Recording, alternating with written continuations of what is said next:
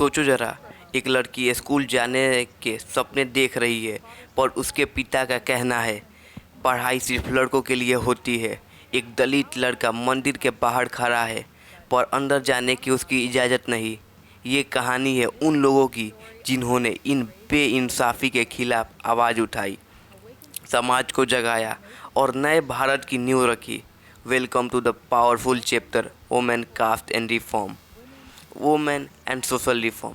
चलिए ले चलते हैं आपको 98 सेंचुरी के भारत में, जब समाज में कई बुरी रिवाजों के अंधेरों में डूबा हुआ था। वो समय था जब लड़कियों को स्कूल जाना मना था। पति के मरने के बाद औरतों को जिंदा जला दी जाती थी, जिसे सती प्रथा कहते हैं। शादी की उम्र भी बहुत कम थी। लड़कियों की ज़िंदगी सिर्फ किचन और बच्चों तक सीमित थी। पर तभी एक रोशनी का चिराग जला। राजा राम मोहन राय।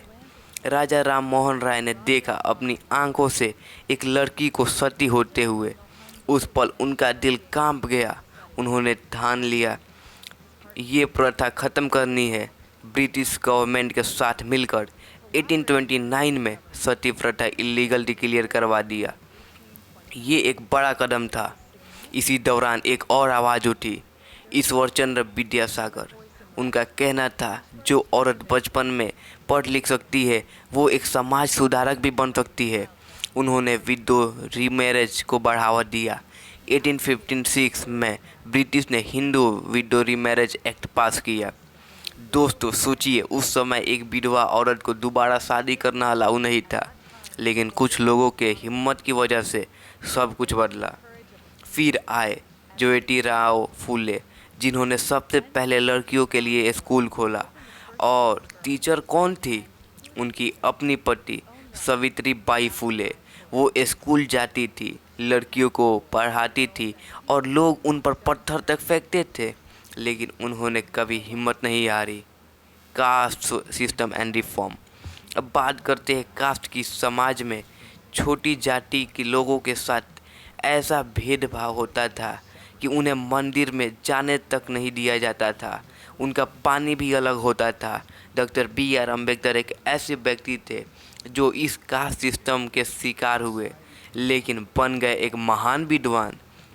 उन्होंने कहा, अगर समाज सबको बराबरी नहीं दे सकता तो हमें उस समाज को ही बदलना होगा।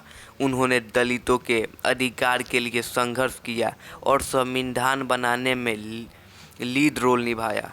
इसी समय बंगाल में एक रिफॉर्म मूवमेंट चली, ब्राह्मो समाज जिसे राजा राम मोहन रॉय ने शुरू किया। इसी मूवमेंट में धार्मिक अंधविश्वासों के खिलाफ आवाज़ उठाई। मद्रास में बेदा समाज और महाराष्ट्र में प्रार्थना समाज ने भी कास्ट सिस्टम और पुरानी रिवाजों को चैलेंज किया। Women in religion and politics. जरूरी था कि औरतें सिर्फ घर तक सीमित ना रहे, इसीलिए कई महिलाओं ने पॉलिटिक्स और धर्म के क्षेत्र में भी कदम रखा। एक उदाहरण थी पंडिता रामाबाई, जिन्होंने ब्राह्मण परिवार में जन्म लिया, संस्कृत की स्कॉलर बनी और ब्रिटिश रूल के दौरान विडो शेल्टर होम्स बनाए। फिर थी बेगम रुकैया, मुस्लिम समुदाय की महिला, जिन्होंने लड़कियों के लिए स्कूल खोला और सुल्ताना's ड्रीम जैसे फेमिनिस्ट साइंस फिक्शन लिखा। Religious reforms. समय के साथ धर्म में भी रिफॉर्म आए। दयानंद सरस्वती ने आर्य समाज शुरू किया और कहा, वापस वेदास की तरफ चलो, जहाँ सब बराबर थे। उन्होंने मूर्ति पूजा, बलि प्रथा और जाति भेद को चैलेंज किया। British rule and social reforms. British rule ने कई रिफॉर्म मूवमेंट को लीगल सपोर्ट दिया। जहां ब्रिटिश अपने फ़ायदे के लिए भारत पर राज कर रहे थे, वही कुछ समय में उनके थ्रू कुछ अच्छे लॉस भी आए, जिसे सती प्रथा ban, child marriage restrict act, window remarriage act etcetera. लेकिन इन रिफॉर्म्स का असली क्रेडिट उन इंडियन रिफॉर्मर को जाता है जिन्होंने हिम्मत की और समाज को बदलने के लिए काम किया। तो चलिए एक बार शॉर्ट में रिवाइज करते हैं कि हमने जाना क्या क्या। राजा राम मोहन राय सती प्रथा के खिलाफ, ईश्वर चंद्र विद्यासागर विडो रीमैरेज के पक्ष में, Jyotirao and Savitri Phule, girls education, Ambedkar caste discrimination के खिलाफ, Pandita Ramabai and Rukaiya Sakhawat, women's empowerment, Arya Samaj, Brahmo Samaj, Veda Samaj, religious reforms, British laws, support to some reform.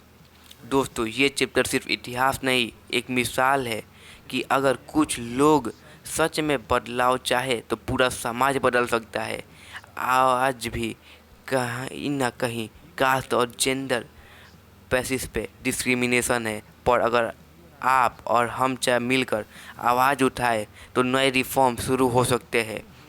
अगर आपको ये वीडियो पसंद आई हो तो लाइक ज़रूर करें, कमेंट में लिखें कौन सा रिफॉर्मर आपको सबसे इंस्पायरिंग लगा, और हाँ, स्कॉलर सबान को सब्सक्राइब करना ना भूलें, क्योंकि यहाँ हर चैप्टर बनता है एक कहानी। Thank you.